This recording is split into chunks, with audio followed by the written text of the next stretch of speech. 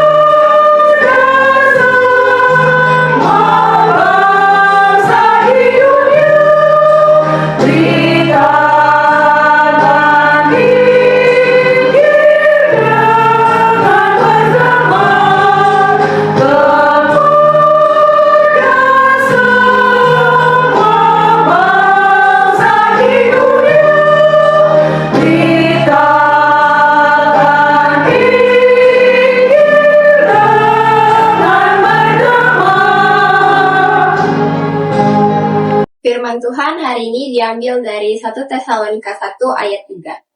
Sebab kami selalu mengingat pekerjaan imanmu, usaha kasihmu, dan ketekunan pengharapanmu kepada Tuhan kita Yesus Kristus di hadapan Allah dan Bapa kita. Demikian firman Tuhan.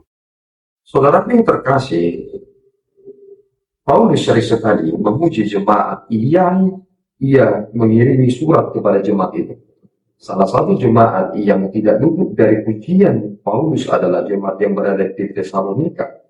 Meskipun ia berada di sana tidak terlalu lama, tetapi ia mendapati berita terkait tentang bagaimana pertumbuhan iman mereka yang sangat signifikan.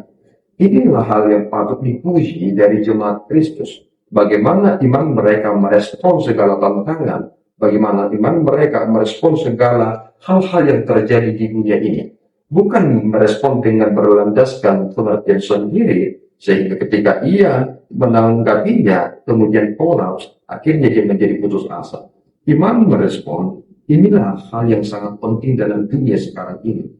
Tidak mudah menjadi jemaat Kristus yang setia.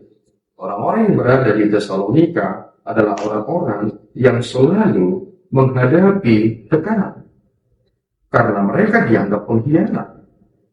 Ketika ada perintah dari Kaisar, Romawi mengatakan bahwa semua orang harus menyembah Kaisar sebagai Tuhan dan Allah mereka. Ini menjadi dilema yang sangat besar. Bagaimana seseorang itu bisa tenang dalam hidupnya jika ia harus mengakui Yesus Kristus sebagai Tuhan dan Juru Selamat, diperhadapkan dengan manusia yang nampak di depan matanya, yang akan memberikan hal yang sangat mengerikan kepada mereka. Disinilah dilema yang besar itu. Tetapi iman itu ternyata menjawab persoalan. Mereka senantiasa menunjukkan iman mereka, bahkan mereka menunjukkan kasih mereka dan ketekunan pengharapan mereka kepada Tuhan Yesus Kristus. Apakah kita boleh belajar hal yang penting dari jemaat Tesalonika ini? Bagaimana mereka terus berharap kepada Tuhan, meskipun mereka disudutkan dengan pilihan yang berat. Bisakah kita memegang janji kita seperti yang dipegang oleh jemaat Tesalonika ini, bahwa mereka adalah orang-orang yang setia sampai akhir? Meskipun mereka telah diancam, tetapi mereka dihidupkan karena mereka mengetahui bahwasanya janji Allah akan ditepati dan diberikan kepada mereka-mereka yang setia. Bahkan dalam kitab Wahyu, kita sudah pernah mendengarkannya, bahwa para pemenang itu yang akan menikmati mahkota yang Tuhan telah sediakan.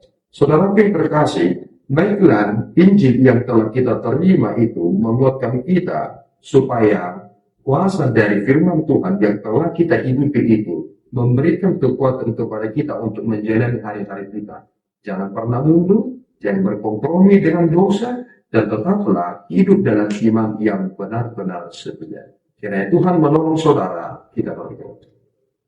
Ya Tuhan, kami bersyukur atas berkat-Mu. Terima kasih Bapa atas anugerah yang telah kami terima dalam kesempatan yang baik ini. Kami serahkan hidup kami ke dalam tangan-Mu Bapa. Biarlah Engkau semakin dipermuliakan dalam hidup kami. Meskipun kami harus menghadapi banyak tekanan dan cobaan, karena iman percaya kami kepada-Mu, biarlah itu menjadi sukacita terbesar bagi kami, karena kami dapat mengalami Kristus. Terpuji Engkau, di dalam Yesus kami telah berdoa dan mengucap syukur. Anugerah Tuhan kita Yesus Kristus, kasih setia Allah Bapa kita dan persekutuan Roh Kudus menyertai saudara. Amin. Tuhan Yesus memberkati.